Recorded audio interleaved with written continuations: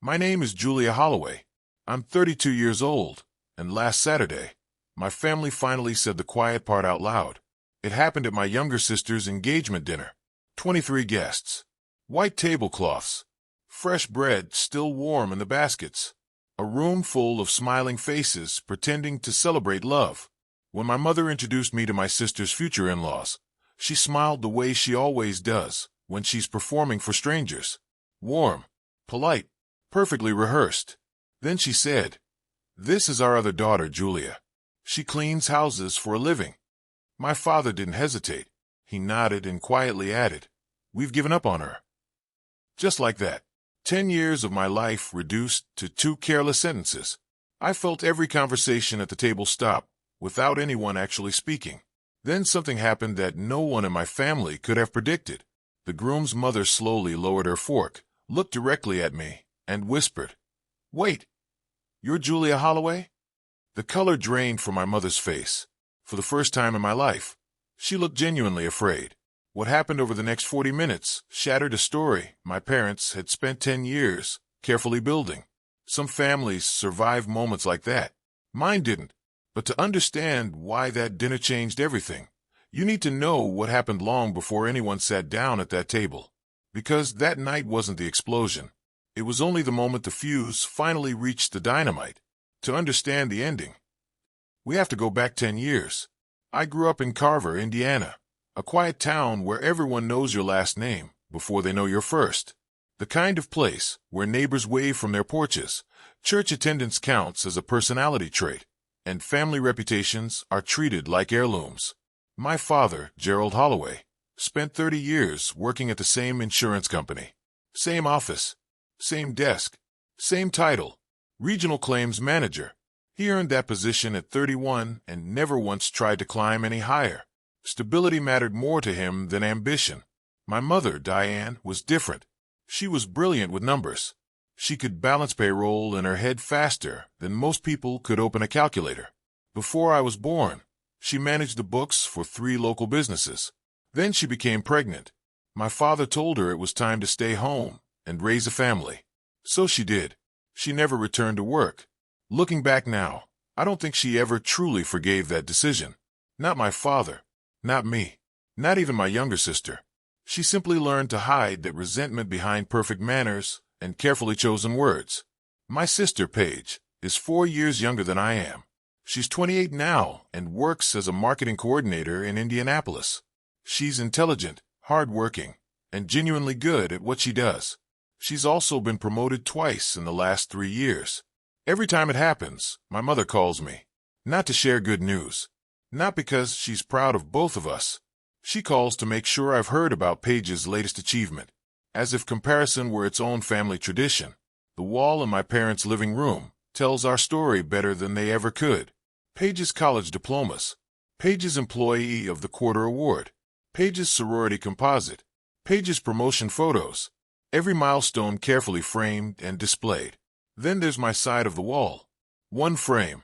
My college graduation picture. 4 years earning a business degree. And according to my parents, that was the last respectable thing I ever did. My mother's introductions always followed the same script.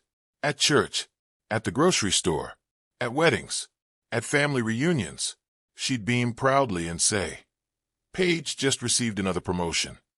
People would congratulate her. Then came the pause, the pivot. Julia is still doing her thing. She never explained what my thing actually was. She didn't have to. The silence did the work for her. My father never corrected the story, never added context, never defended me. He simply stood there with his hands in his pockets, staring at the floor like a man waiting for his number to be called. It took me years to realize something important. Silence can lie just as loudly as words. I learned that lesson when I was 22. I had just graduated with a degree in business administration. My head was full of ideas. My suitcase was packed with plans for the future. Unfortunately, my mother had already planned my future for me. Without asking, she enrolled me in an MBA program at the state university. She paid the enrollment deposit, printed the course catalog, told my father's co-workers how proud she was that I would soon earn my master's degree. Then she placed the catalog neatly on my nightstand as though my future had already been decided. A few days later, I asked her to sit down with me at the kitchen table. I brought a binder. Inside were months of research, market analysis, startup costs, projected revenue, a 12-month cash flow forecast. I had spent months building a business plan for a commercial cleaning company. When she sat down, I slid the binder across the table. "Mom," I said quietly, "I'm not going to the MBA program." She didn't touch the binder, didn't open a single page, didn't ask one question. Instead, she simply stared at me. 14 long seconds passed. I remember counting each tick of the clock hanging on the kitchen wall behind her. Finally, she spoke. "You want to clean toilets?" Her voice carried equal parts disbelief and disappointment. "That's your dream." Before I could answer, the back door opened. My father walked in from the garage. He had already heard enough to understand where the conversation was headed, and from the look on his face, I knew my life was about to change. When I told my parents I wasn't going to business school, they looked at me as if I'd thrown my future away. My father sighed before I even finished explaining my plan. He'd already told everyone at work I was starting an MBA program. My mother refused to read the business proposal I'd spent months preparing. To her, building a commercial cleaning company wasn't entrepreneurship. It was failure with a different name. Only one person wanted to see the numbers. My grandmother, Ruth. She carried my binder onto her porch, turned every page carefully, and asked thoughtful questions instead of making assumptions. She wanted to know where I expected the company to be in 3 years, how I planned to find customers, and how I'd survive the difficult first year. When she finished, she quietly slipped me $800 from her savings and handed me a white handkerchief embroidered with her initials. "For the days when quitting feels easier," she said. That gift meant more than the money ever could. That same evening, my mother made her position clear. If I insisted on chasing what she called a cleaning job, I would do it without a penny of help from my parents. So I packed my belongings, loaded my business plans into my backpack, and drove 4 hours to Indianapolis without looking back. My first apartment was barely large enough for a bed and a folding table. The rent was affordable, but the old radiator rattled through the night, like it had a life of its own. I bought an aging white cargo van that seemed to choose when it wanted the air conditioning to work. None of it mattered. My first client was a small dental office that trusted me with its building before anyone else did. Every morning before sunrise, I cleaned the office myself. During the day, I knocked on doors looking for new contracts, and every evening I balanced my books at the tiny kitchen table. Those months were exhausting. 6 months later, I had 4 regular contracts. By the end of my first year, the business had generated over $60,000 in revenue. The profit wasn't huge, but it proved something much more valuable. I wasn't imagining the dream anymore. It was becoming real. The first employee I hired was Maria, a hard-working single mother who arrived early every day and treated every client as though the company belonged to her. Years later, she's still one of the people I trust most. Every Sunday, I called Grandma Ruth. She never asked if I regretted my decision. Instead, she asked about new clients, insurance policies, profit margins, and long-term goals. She believed in the business before almost anyone else did. Every other week, I called my parents. The conversations rarely lasted more than a few minutes. My mother always asked if I was finally ready to come home. Then she'd tell me how well my younger sister was doing at work. My father usually stayed silent. Eventually, I stopped expecting encouragement. By my 3rd year, everything changed. I secured the biggest commercial contract my company had ever signed, expanded into a second location, and hired dozens of employees to keep up with demand. Revenue climbed into the millions, and for the first time I felt like all those early mornings had finally paid off. Excited, I called my mother to share the news. I told her about the contract and the incredible growth. There was a long pause. Then she asked one question. "So, how many people are cleaning floors for you now?" I answered honestly, 38. My father interrupted before she could respond. He wanted to tell me about my sister's latest promotion. I sat quietly in my office after the call ended, staring at the business card I'd spent days designing for the company I had built from nothing. That was the moment I understood something important. Some people don't refuse to see your success because it isn't real. They refuse because admitting you're succeeding would force them to admit they were wrong. Eventually, I stopped trying to convince people who had already decided who I was. When someone hears that you've built a successful business and responds by asking how many toilets you clean, they're not asking a question.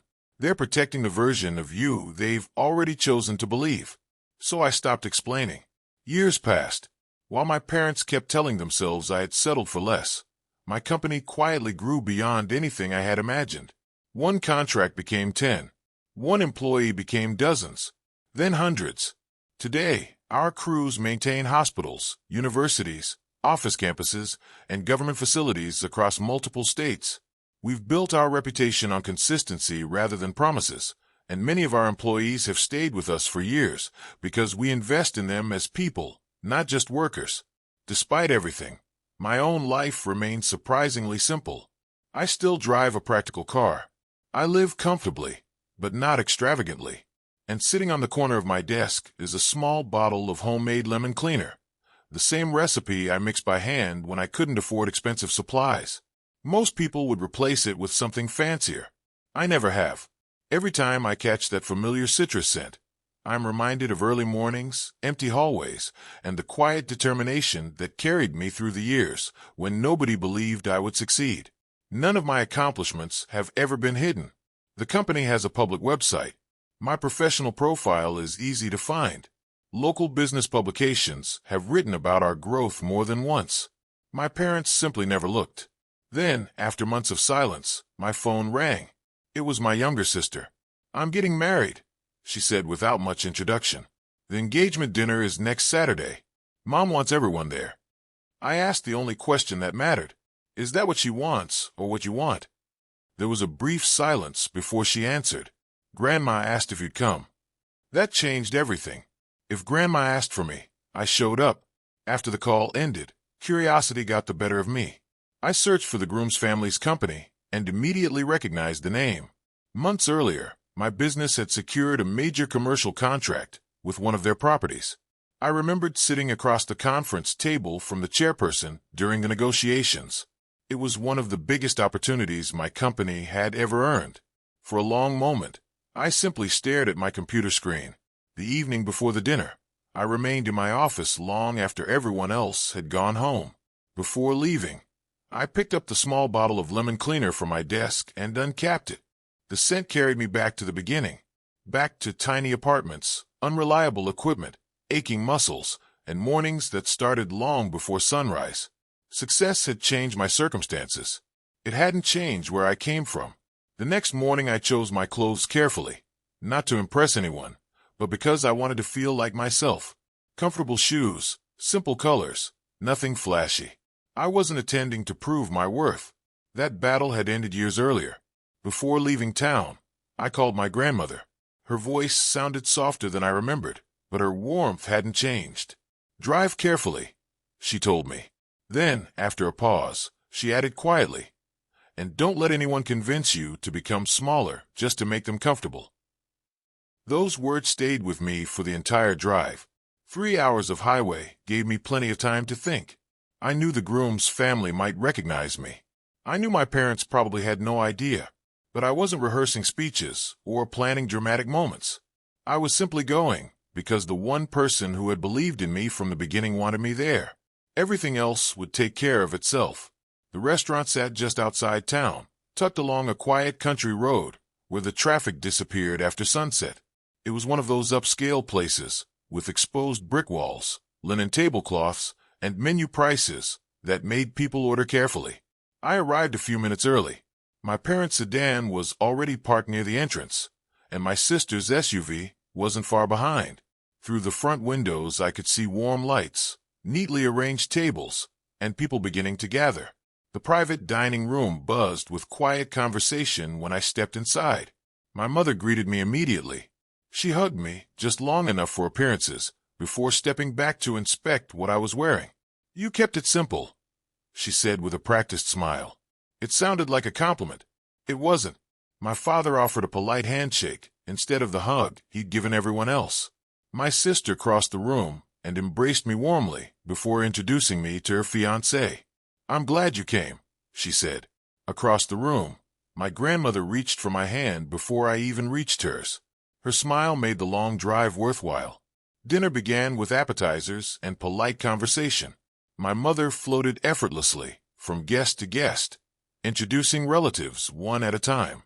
Every person came with an impressive description, a promotion, a degree, years of service, an award. When she reached me, she hesitated only briefly. "This is Julia," she said before moving on. Nothing more. No mention of my business. No mention of the company I'd spent years building. Just my name. A few minutes later, the groom's father leaned toward me with genuine curiosity. "So, Julia, what line of work are you in?" Before I could answer, my mother smiled across the table. "Oh, she runs a cleaning business." She said it so casually that it sounded almost dismissive, reducing years of sacrifice to a single sentence. I simply smiled and lifted my glass. Across from me, my grandmother quietly squeezed my hand beneath the table. She didn't need to say anything. She understood exactly what had happened. Then the dining room door opened. Conversation slowed as a distinguished woman stepped inside with calm confidence. She greeted people naturally, shaking hands and exchanging smiles as she made her way around the room. When she reached my seat, she stopped, only for a heartbeat, but I recognized the expression immediately. Recognition. She looked directly at me, searching her memory before offering a warm smile. "It's wonderful to see you again," she said. There was something in her voice that suggested she remembered, far more than anyone else in the room realized. I smiled back. "So good to see you too." She took her seat, but every few minutes I caught her glancing in my direction, as if she were trying to place two completely different versions of the same person. No one else seemed to notice. Not yet. Around the table, conversation drifted naturally from one topic to another. My mother animatedly described my sister's latest promotion, while my father pretended to study the wine menu with unusual concentration.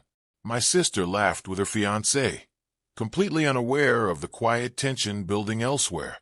Across the table, Catherine looked at me once more. She didn't interrupt anyone. She simply watched.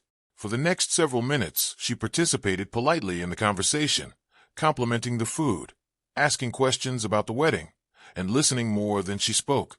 But every now and then her eyes found me again, as though she was trying to reconcile two very different versions of the same person. I knew why. Nearly 2 years earlier, we had met under entirely different circumstances. Back then, I had walked into her corporate headquarters, carrying the largest proposal my company had ever prepared. The opportunity represented years of work condensed into a single presentation. The meeting lasted almost 2 hours. While everyone else focused on numbers, pricing, and timelines, Catherine kept asking about my employees. How did we train new hires? How long did people stay with the company? What made them choose us over someone else? When she finally asked why I started the business, I answered honestly, because I knew what it felt like to do difficult work without anyone noticing the person behind it. She wrote something in her notebook but never commented. Weeks later, after awarding us the contract, she stopped me outside the conference room. "I've reviewed countless proposals," she told me. "Very few people remember that businesses are built by people first." That sentence stayed with me long after the deal was signed. It was the first time someone whose opinion truly mattered had recognized what I was trying to build. Back in the restaurant, dinner arrived, but very little attention was paid to the food. The conversation shifted toward careers. The groom's father smiled warmly at my parents. "You must be incredibly proud of both your daughters." My mother brightened immediately. She spent several minutes praising my younger sister's accomplishments, listing promotions, awards, and career milestones with obvious pride. Then she turned toward me. "Julia chose a different direction," she said lightly. My father added, almost jokingly, "She started cleaning offices after college. We assumed she'd move on eventually." He left the sentence unfinished. He didn't have to finish it. Everyone understood what he meant. Everyone understood what he meant. I continued eating without reacting. Across the table, my grandmother quietly placed her fork on her plate. "Julia has built something remarkable," she said calmly. My mother smiled without missing a beat. "Oh, of course she has. The words sounded supportive. The tone said something entirely different. Some people criticize directly. Others simply shrink your accomplishments until they fit comfortably inside their own story. A few minutes later, I stepped into the hallway to collect myself.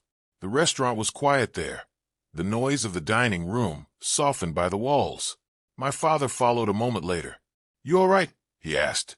"I'm fine." He shifted uneasily, avoiding eye contact.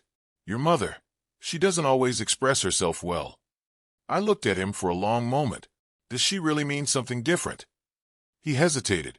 For an instant, I thought he might finally answer honestly. Instead, my mother's voice echoed down the hallway, calling his name. He looked toward the dining room. I should get back. Without another word, he turned and walked away. I watched him disappear around the corner, realizing that silence had become so familiar to him it no longer felt like a choice. I didn't expect much from my father anymore. Years of silence had taught me that hope only made disappointment heavier. Still, standing in that hallway and watching him walk back toward the dining room, I realized just how little he had ever truly given me. For one brief moment, it looked as though he might finally say something that mattered. He shifted his weight, turned his wedding ring around his finger, and looked at me with an expression I hadn't seen before. Not confidence, not courage, just a faint outline of both, as if he were standing in front of a locked door, wondering whether he had the strength to open it. "I'm sorry, your mom," he began. Then her voice cut through the hallway. "Gerald, we need more wine." Sharp, certain, familiar. He froze instantly. The words he had almost spoken disappeared before they were born. His shoulders sagged, and without another sentence, he turned away. "I should get back," he muttered. Then he walked into the dining room, back beneath the warm lights, back into the role he'd been playing for 30 years. He never looked back. I stood there for another moment, staring after him until the noise of laughter and silverware swallowed him completely. That was the closest my father had ever come to standing beside me. Almost. But almost had never changed anything. Almost never defended me. Almost never stopped the humiliation. Almost never became action. Years ago, I stopped waiting for almost to become enough. I walked into the restroom and turned on the faucet. Cold water rushed over my hands while I stared at my reflection. The soap smelled strongly of fresh lemons, bright, sharp, almost identical to the homemade cleaner I used during the earliest days of my business. The scent carried me backward through time.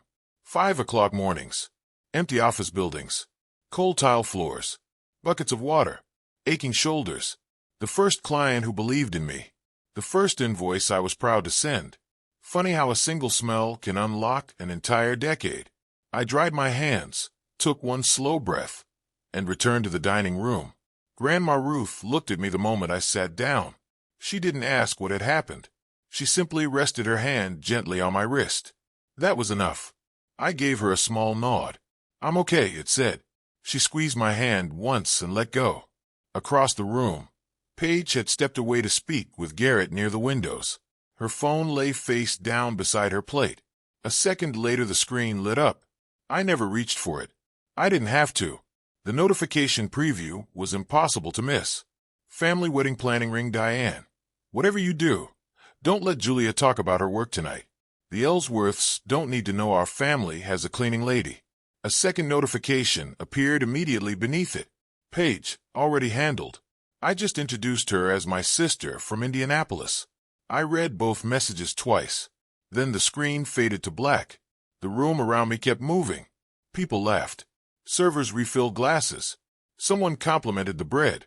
No one realized that 2 short messages had explained the last 10 years of my life more honestly than anyone at that table ever had. This hadn't been an accident. It wasn't careless wording. It wasn't an awkward misunderstanding. It had been planned. Before dinner even began, my own mother had organized how to keep me invisible, and my sister had agreed. 23 people sat around that table. Only 3 of them knew the script. Grandma Ruth studied my face carefully. She couldn't possibly have seen the phone from where she sat, but she noticed something had changed. "You all right, sweetheart?" she asked softly. I smiled. For the first time in a long while, I answered, "I think I am." She nodded as though she understood exactly what I meant. She never demanded explanations. Wisdom had taught her that silence often reveals more than questions ever can. Paige returned a few moments later, slipped her phone into her purse without checking the notifications, and smiled at me as if nothing had happened. It was the effortless smile of someone who had never questioned why life always seemed to arrange itself in her favor. Dessert menus arrived. I left mine closed. Instead, beneath the table, I reached into my purse and pulled out the handkerchief Grandma Ruth had given me 10 years earlier. White cotton.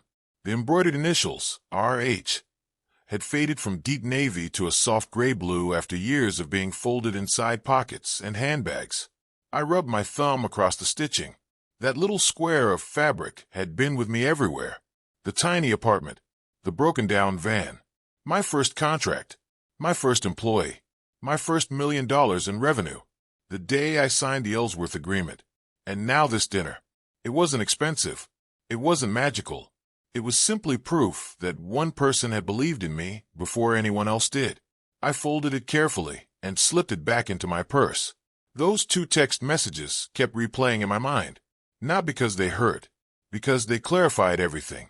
My family hadn't misunderstood my career. They had understood it well enough to hide it. They had coordinated a version of me that made them more comfortable. Don't let Julia talk about her work. Don't let Julia talk about her work. As though success were something embarrassing. As though hard work became shameful the moment it involved a mop instead of a corner office. Something inside me settled. I didn't decide to embarrass anyone. I didn't plan revenge. I didn't rehearse a speech.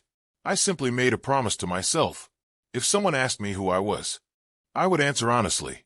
No minimizing. No apologizing. No pretending to be smaller so other people could feel bigger. Across the table, Catherine Ellsworth looked up from stirring cream into her coffee. She had been watching far more than anyone realized. "How's Indianapolis treating you these days?" she asked pleasantly. "Busy," I replied with a smile. "The good kind of busy." She held my gaze for a second longer than necessary, nodded once, and returned to her coffee. She didn't ask another question. She didn't need to. I could almost see the pieces fitting together behind her eyes. The woman my parents had spent all evening describing, and the woman she already knew. The pieces no longer fit, and Catherine Ellsworth was the kind of woman who noticed when the math stopped making sense. If you've ever sat at a family table feeling invisible, listening to people describe a version of you that no longer exists, take a moment to subscribe. What happened next changed my family forever, and it all began with one simple question. Dessert hadn't even reached the table when my mother rose from her chair. She lifted her wine glass and tapped it lightly with a butter knife. Clink, clink. The conversations faded. Every face turned toward her. "I'd like to say a few words." Her hand rested dramatically against her chest as her eyes shimmered with perfectly timed emotion. I'd watched that performance my entire life. Church dinners, funerals, school fundraisers, neighborhood gatherings. Whenever sympathy was required, my mother could summon tears as effortlessly as someone calling a rideshare. She smiled at Paige first.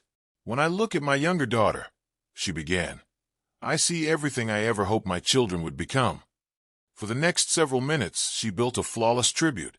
Paige's college degree, Paige's promotions, Paige's kindness, Paige's confidence, Paige's bright future. Every sentence polished, every compliment carefully placed. Brick by brick, she constructed another monument to the daughter who had followed the plan. My name never entered the speech. Not once. Across the table, Robert Ellsworth shifted quietly in his chair. He wasn't a man who interrupted often, but he was the sort who noticed what others conveniently ignored. When my mother finally paused for breath, he smiled politely. "And your older daughter?" he asked. "Julia, isn't it? She's here tonight, too." For a split second, my mother's expression faltered. Only a fraction. Just long enough to reveal she'd hoped no one would ask. Then the smile returned. She looked toward me the way someone looks at a wrinkle in a freshly ironed shirt. "This is our other daughter," she said brightly. "She cleans houses for a living."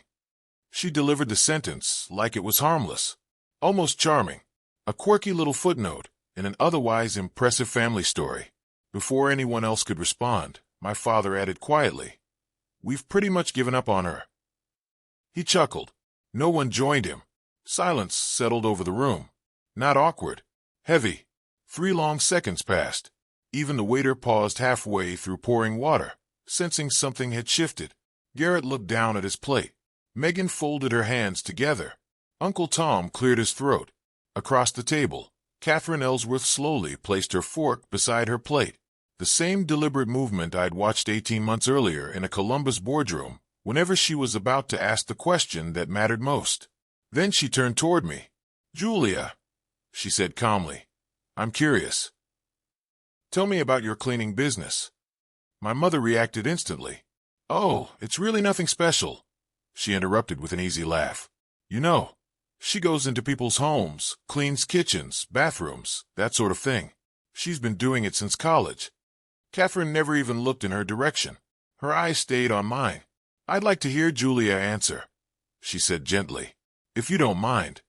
The words were polite, but unmistakably final. For the first time that evening, someone had given me the room. I folded my napkin and placed it beside my plate. "I own a commercial cleaning company," I said. "We provide facility management and cleaning services for hospitals, universities, corporate headquarters, and large office complexes across multiple states." My mother's smile tightened almost imperceptibly. The script she'd written for the evening had just begun to unravel, and there was nothing she could do to stop it. My mother forced a small laugh. She always makes it sound so official. No one laughed with her. Catherine never took her eyes off me. "How many states do you operate in?" 14. The soft clink of metal echoed across the room. My father's fork had struck his plate, not because he'd moved it on purpose. His hand had simply twitched. "And how many employees?" Catherine asked. 283, I replied, "as of last month." Across the table, Paige slowly turned toward me. It wasn't surprise anymore. It was the expression of someone realizing everything they believed about another person had been wrong. Robert leaned back in his chair. Garrett looked from me to his mother. Megan blinked twice, speechless. My mother's smile vanished completely. Not replaced with anger. Not replaced with sadness. Just gone. Like a stage set after the lights have been turned off. Without saying a word, Catherine reached into her purse. She removed a navy blue business card and placed it carefully on the white tablecloth in front of my mother. Face up. Centered. I recognized it immediately. The logo. The typography. The tagline. Holloway Commercial Services Excellence in every detail. I'd spent 2 full days choosing those exact words. Catherine rested one finger lightly on the card before looking back at me. Then she turned toward my mother. "So," she spoke quietly, almost gently, "you're that Julia." It wasn't really a question. She already knew the answer. The question was for my parents. "Yes, ma'am," I answered. Catherine nodded once. Then, in the calm, measured voice I'd first heard 18 months earlier across a boardroom table, she addressed the room.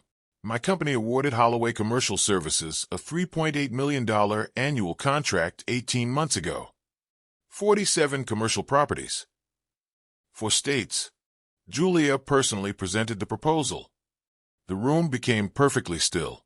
I looked at my mother. I'd seen her angry. I'd seen her manipulative. I'd seen her wounded, dramatic, triumphant, and cold. I'd watched her cry at church functions and argue with cashiers over coupons.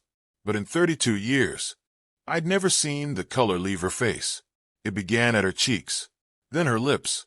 Her fingers tightened so hard around her wine glass that her knuckles turned white. My father froze halfway through reaching for his drink. Paige stared at me without blinking. Even the sparkle from her engagement ring seemed strangely out of place. Grandma Ruth remained perfectly still. She didn't smile. She didn't speak. She simply watched my mother with an expression I finally understood. It wasn't satisfaction. It was patience. The patience of someone who had waited years for the truth to arrive on its own. For long seconds passed. Then everyone started talking at once. "You own the company." Garrett blurted. 14 states. Megan whispered. Uncle Tom turned toward my father. "Gerald, you knew about this?" Robert Ellsworth looked directly at him. The disappointment in his eyes carried more weight than anger ever could.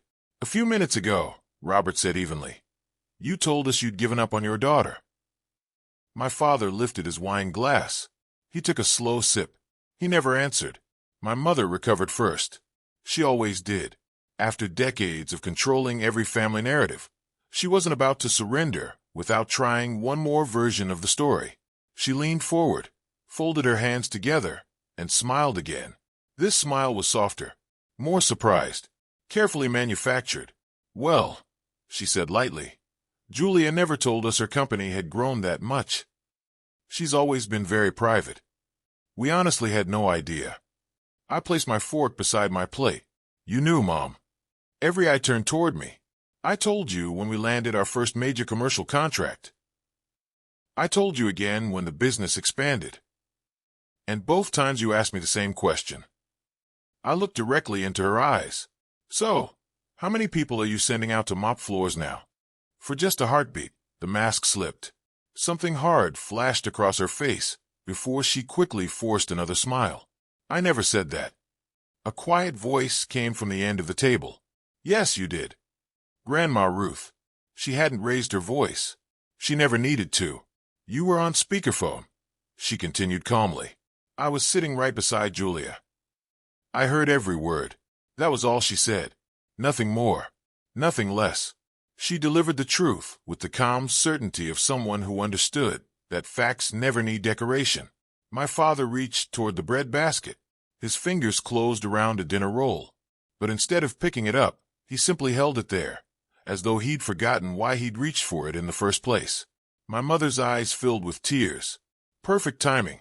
She lifted her napkin to her face and drew in one long, trembling breath. I recognized the performance instantly.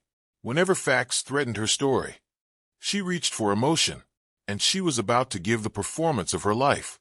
"I can't believe you do this to me," my mother cried, her voice trembling as if she were the one who had been betrayed. "At your sister's engagement dinner, of all places. This night was never supposed to be about you, Julia." Without waiting for my response, she turned toward Catherine. Her tone softened instantly, shifting into the warm, sympathetic voice she reserved for outsiders. "I'm so sorry," she sighed. "Families can be so complicated. We've always done our best to support both of our daughters." She dabbed at the corners of her eyes with her napkin, carefully maintaining the image of a heartbroken mother. Paige instinctively reached for her arm. She had spent her entire life stepping into that role whenever our mother needed comforting. I remained calm. "I didn't bring any of this up, Mom," I said evenly. "You introduced me. Catherine asked me a question, and I answered it." Paige slowly withdrew her hand and looked at me with frustration. "Can we please stop?" she pleaded. "This is supposed to be my night. Why does everything always have to become about you?" I looked at her quietly. "Paige, I've been sitting here eating dinner. I didn't interrupt anyone. I didn't stand up and make a speech. I simply answered a direct question." Before anyone else could speak, Catherine calmly entered the conversation. Her voice wasn't loud, but it carried authority. "No one is trying to ruin your evening, Paige," she said. "But your mother made statements about Julia in front of my family that simply aren't true." She folded her hands on the table. "In my experience, facts are not the same thing as drama." Silence settled over the room. Megan slowly reached for her glass of water. Robert remained perfectly still. Garrett stared at his mother with a mixture of admiration and disbelief. At the end of the table, Grandma Ruth watched Diane with the quiet expression of someone finally witnessing a warning come true. Trying to rescue the conversation, my father forced out an awkward laugh. Well, this certainly turned into quite a dinner. The laugh echoed through the room and died immediately. Not a single person joined him. He cleared his throat and shifted into the calm, reasonable tone he used during difficult meetings at work. "Julia, come on," he said. "We honestly didn't know. You could have told us. We're not mind readers." I looked at him for a long moment. "I did tell you, Dad." His eyes met mine. "I told you 3 different times. You just stopped listening. Eventually, I stopped trying." Robert Ellsworth leaned forward. There was no anger in his expression, only genuine confusion. "Gerald," he said carefully, "if one of my children built an $18 million company, I'd be telling everyone I met." The word struck harder than anyone expected. My father's jaw tightened. Robert hadn't intended to embarrass him. He had simply stated what, to him, was obvious. Sometimes the truth hurts the most when it isn't meant as an attack. Catherine nodded in agreement. Julia's company has the highest employee retention rate of any contractor we work with, she said. 87%. That doesn't happen by accident. She looked directly at me.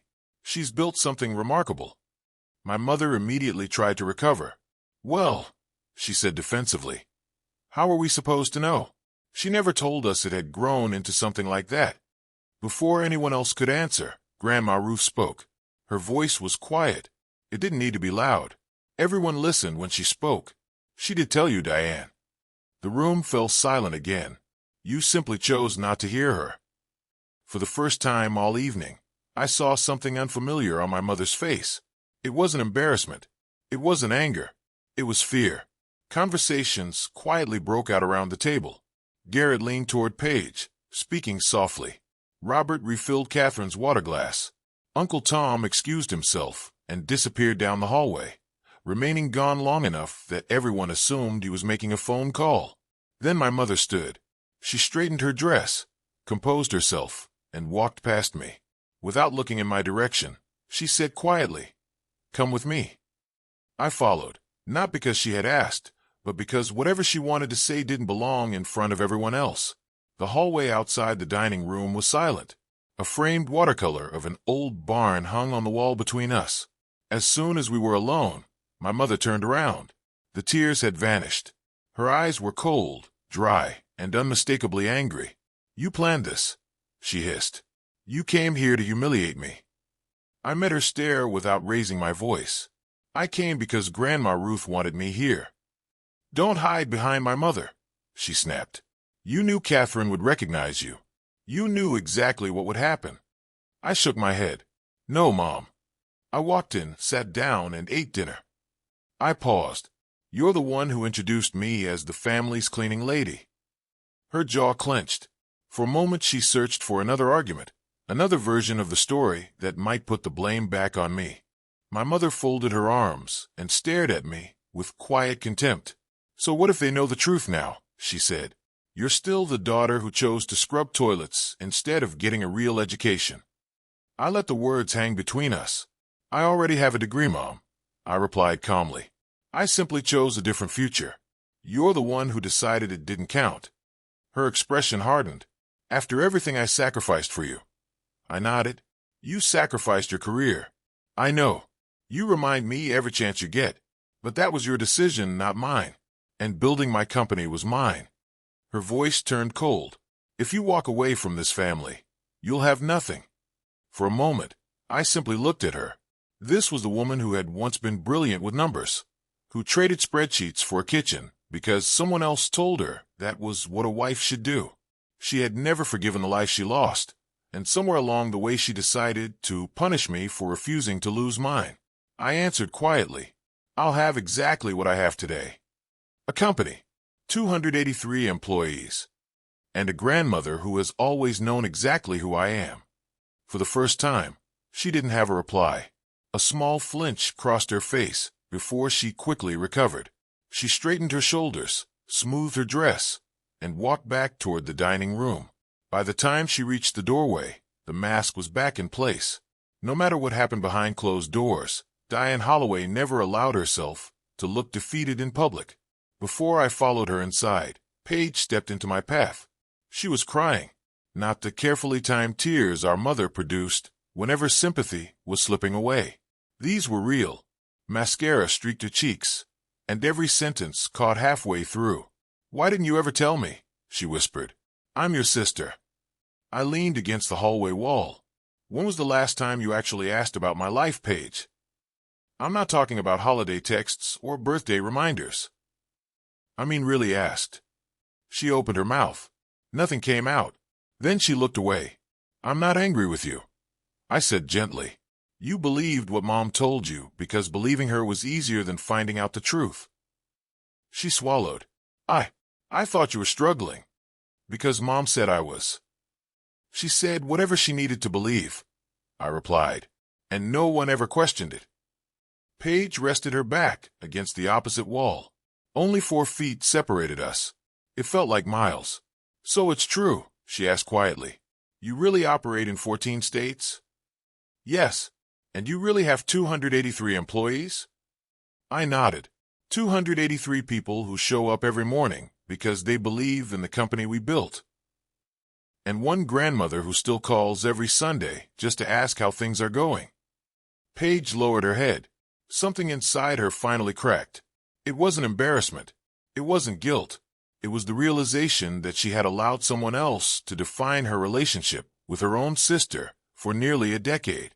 She never apologized. Not yet. She wasn't ready for that. But she also stopped defending our mother. In my family, that silence was its own form of rebellion. A minute later, we returned to the dining room. Her eyes were red. A crumpled napkin rested in her hand. I walked back to my chair. This is the part of the evening I almost left out whenever I told the story, because the next few minutes changed my family forever. I stood behind my chair. I didn't pound the table. I didn't raise my voice. I didn't deliver some dramatic speech the way people do in movies. I simply rested one hand on the back of my chair while my other hand stayed inside my pocket, my thumb tracing the faded embroidery on Grandma Ruth's handkerchief. Then I spoke. I'm only going to say this once. The room fell completely silent. Forks stopped halfway to plates. Coffee cups froze in midair. Even the server standing near the doorway paused with a tray balanced on her arm. I love this family, I began. I've spent the last 10 years loving all of you from a distance, because distance became the only place where I could breathe. I turned toward my mother. Tonight you introduced me as the daughter who cleans houses. Then I looked at my father. And you told everyone you'd given up on me. I let those words settle over the room. Neither of them spoke. Finally, I looked toward Grandma Ruth. She sat quietly at the end of the table, both hands resting on the wood, her back perfectly straight. There were tears in her eyes, but there was pride there too. Grandma never gave up on me, I said softly. She listened. She believed me. And every single time I needed someone to show up, she did. I turned back toward the table and let my eyes move slowly across the room. I'm not here to humiliate anyone, I said. I came because my grandmother wanted me here. That's the only reason. I paused for a breath. But I'm also done pretending to be less than I am just to make other people comfortable. No one interrupted, so this is what changes. I will always answer Grandma's phone calls. I will always come when she asks. But I will no longer attend family gatherings where I'm expected to shrink myself so everyone else can feel bigger. I looked directly at my parents. That isn't revenge. It isn't punishment. It's a boundary. I sat back down, lifted my glass, and took a slow sip of water. The silence that followed seemed to stretch forever. Then my mother broke it.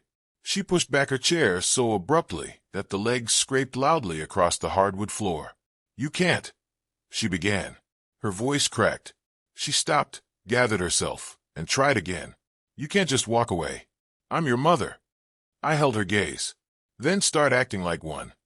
Only 4 words, but they echoed through the room, like a stone dropped into still water. The effect was immediate. For the first time all evening, my mother's composure completely collapsed.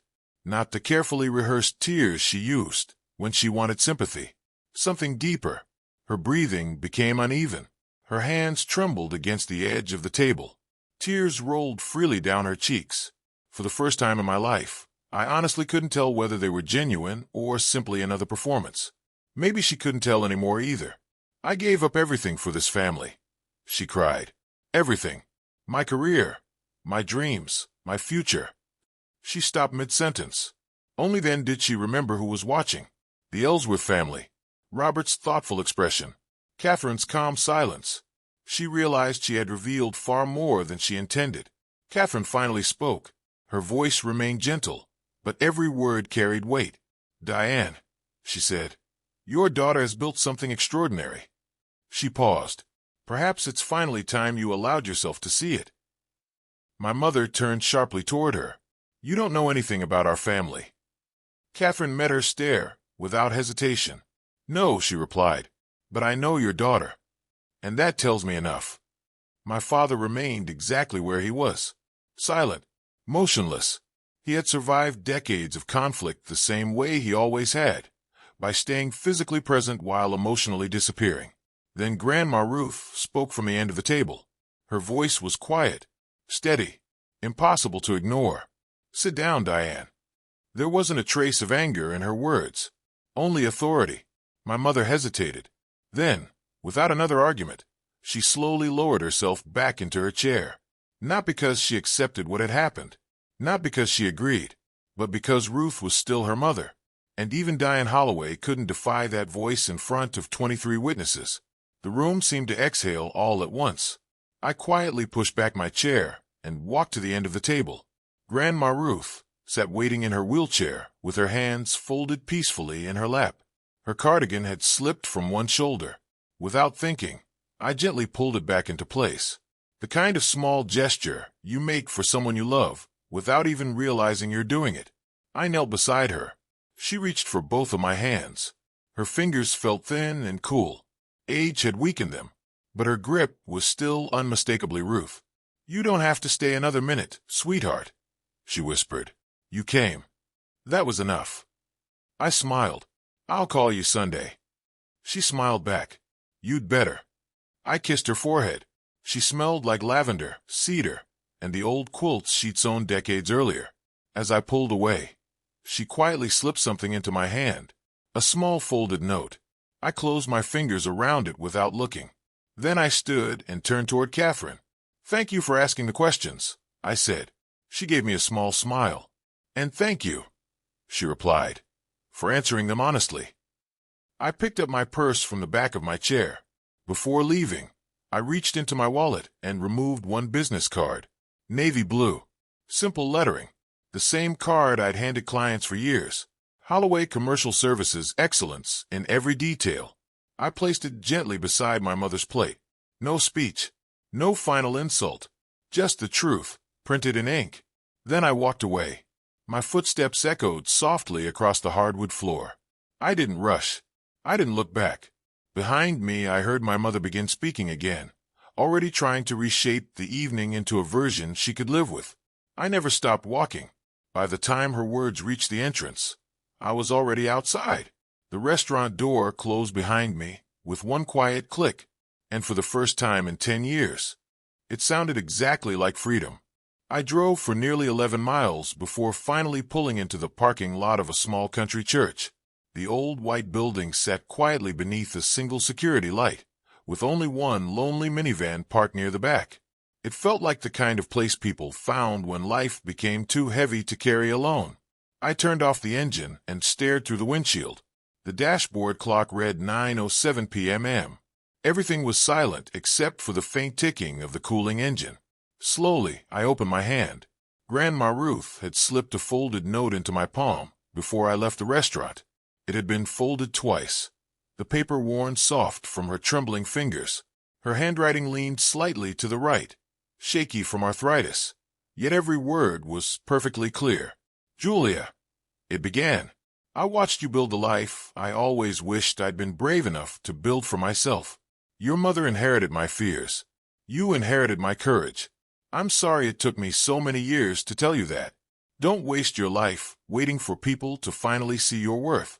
The people who matter already do. Love, Grandma Ruth." I read the note once, then again, and then a third time. That was when the wall I'd spent 10 years building around my heart finally collapsed. I cried harder than I ever had before. Not the graceful tears people imagine in stories, but the kind that leave you bent over the steering wheel, struggling to breathe between sobs. The windows slowly fogged as the warmth inside the car met the cool night air outside. After a few minutes, I reached into my wallet and pulled out the old white handkerchief Ruth had given me when I left home at 22. The embroidered initials, R.H., had faded over the years, but I could still trace every stitch with my fingertips.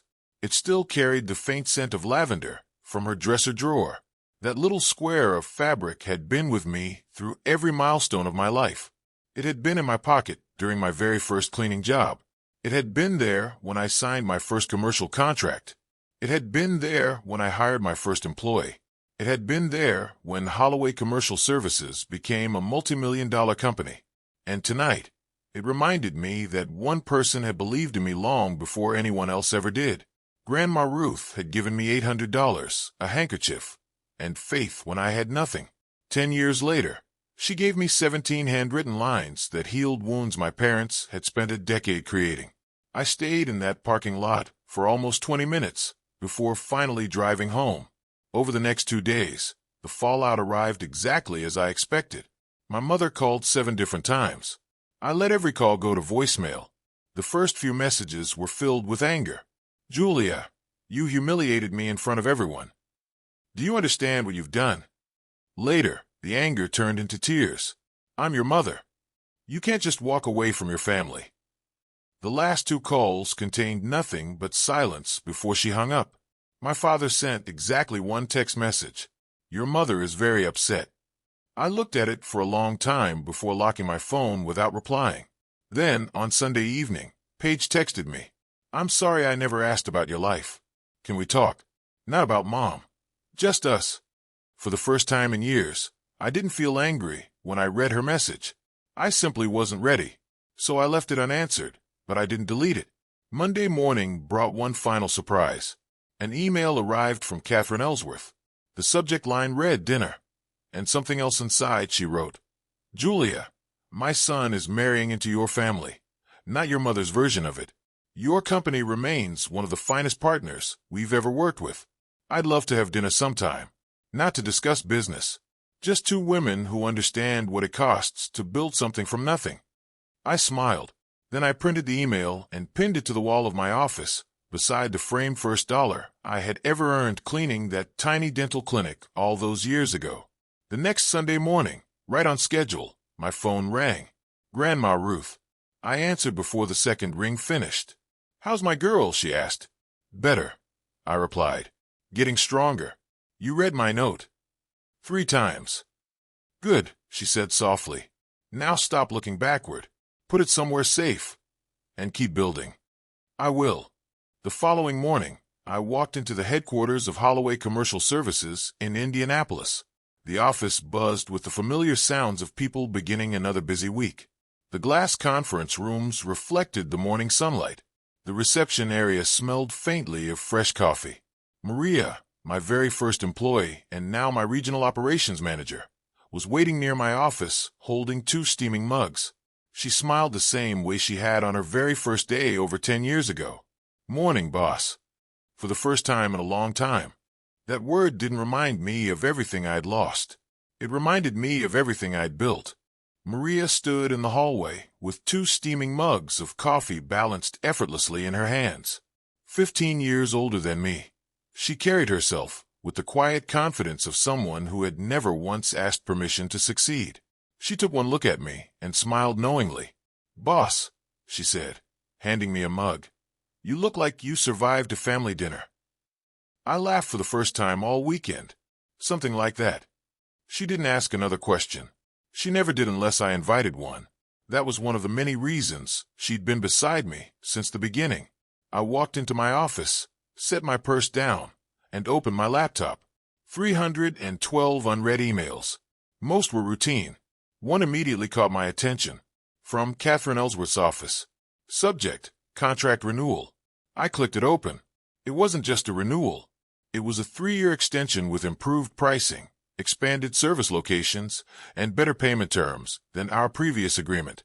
A short note from Catherine's assistant appeared at the top. "Mrs. Ellsworth asked that this be expedited personally. She looks forward to working with you for many more years." I leaned back in my chair and smiled. On the corner of my desk sat the same old spray bottle I'd kept since the company's first year. Lemon juice, white vinegar, water. The homemade cleaner I'd mixed in a tiny studio apartment because professional products had been too expensive. I unscrewed the cap and took a slow breath. The scent hadn't changed. Sharp, fresh, honest. It smelled exactly like hard work. Exactly like 5 o'clock mornings. Exactly like hope. The only thing that had changed was me. I was older now, calmer, stronger, and every morning, 283 employees trusted me to lead them. My mother had introduced me as the daughter who cleaned houses. She wasn't wrong. Cleaning was exactly what I did. We cleaned hospitals, where children recovered. We cleaned office towers, where careers were built. We cleaned courthouses, where justice was served. We cleaned universities, where thousands of students prepared for their futures. There was nothing small about any of it. Mounted on the wall behind my desk was the very first business card I had ever printed. The paper was thin. The logo was crooked. The font looked terrible. I designed it myself on a free website at 2 in the morning because it was all I could afford. I'd never taken it down. It reminded me where everything started. 2 weeks after the engagement dinner, I made one final phone call. This time, I called my mother. She answered before the first ring had fully ended. She didn't say hello. She simply waited. "Mom," I said quietly, "I'm calling to tell you one thing." Silence. "I love you. That hasn't changed. But I will never attend another family gathering where you or Dad introduce me as less than the woman I've worked to become. If that means missing birthdays, holidays, or celebrations, then I'll miss them. This isn't punishment. It's a boundary." Her voice turned cold. "So you're choosing your pride over your family?" I took a slow breath. "No, I'm choosing my peace. Those aren't the same thing." Another long silence. Then she spoke one final sentence. "Your father has your number. He's never used it." The line went dead.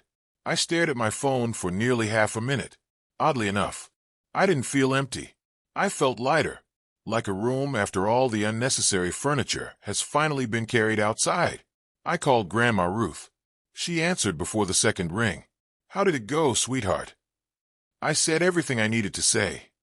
She smiled through the phone. "Then that's enough." I looked across my office. On one wall hung that first crooked business card. On my desk rested the current one. Deep navy blue. Simple lettering. 14 states. 283 employees. Same woman. Same work. Only bigger. My mother had told everyone I cleaned houses for a living. She was right. I cleaned buildings. Hospitals. Schools. Courthouses. Corporate headquarters. I built an empire, doing work people like my parents believed was beneath them. I built it without their money, without their approval, without ever hearing them say they were proud of me. And somehow, I built it anyway. The people who truly mattered already knew who I was.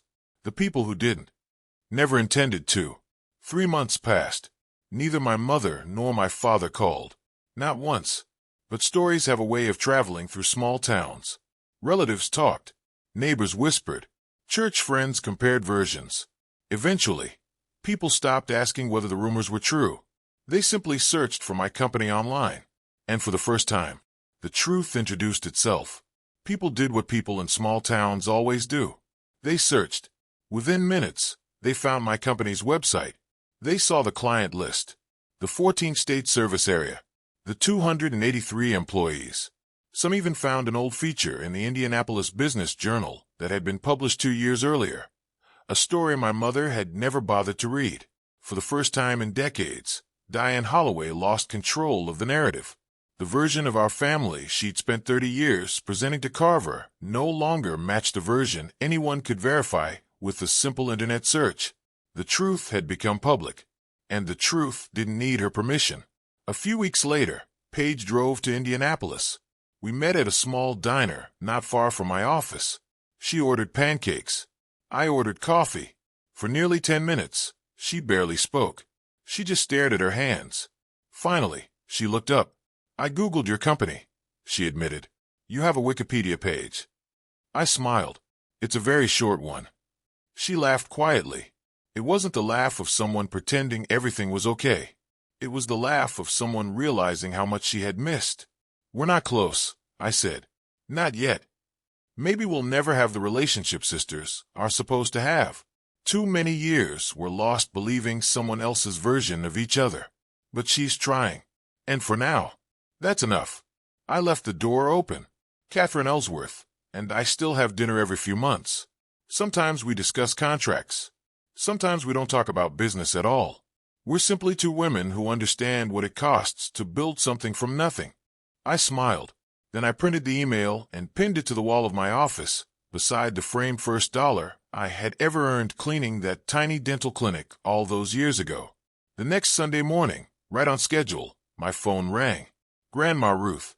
I answered before the second ring finished. "How's my girl?" she asked. "Better," I replied. "Getting stronger." "You read my note?" "3 times." "Good," she said softly. "Now stop looking backward. Put it somewhere safe. And keep building." "I will." The following morning, I walked into the headquarters of Holloway Commercial Services in Indianapolis. The office buzzed with the familiar sounds of people beginning another busy week. The glass conference rooms reflected the morning sunlight. The reception area smelled faintly of fresh coffee. Maria, my very first employee and now my regional operations manager, was waiting near my office, holding 2 steaming mugs. She smiled the same way she had on her very first day over 10 years ago. "Morning, boss." For the first time in a long time. That word didn't remind me of everything I'd lost. It reminded me of everything I'd built.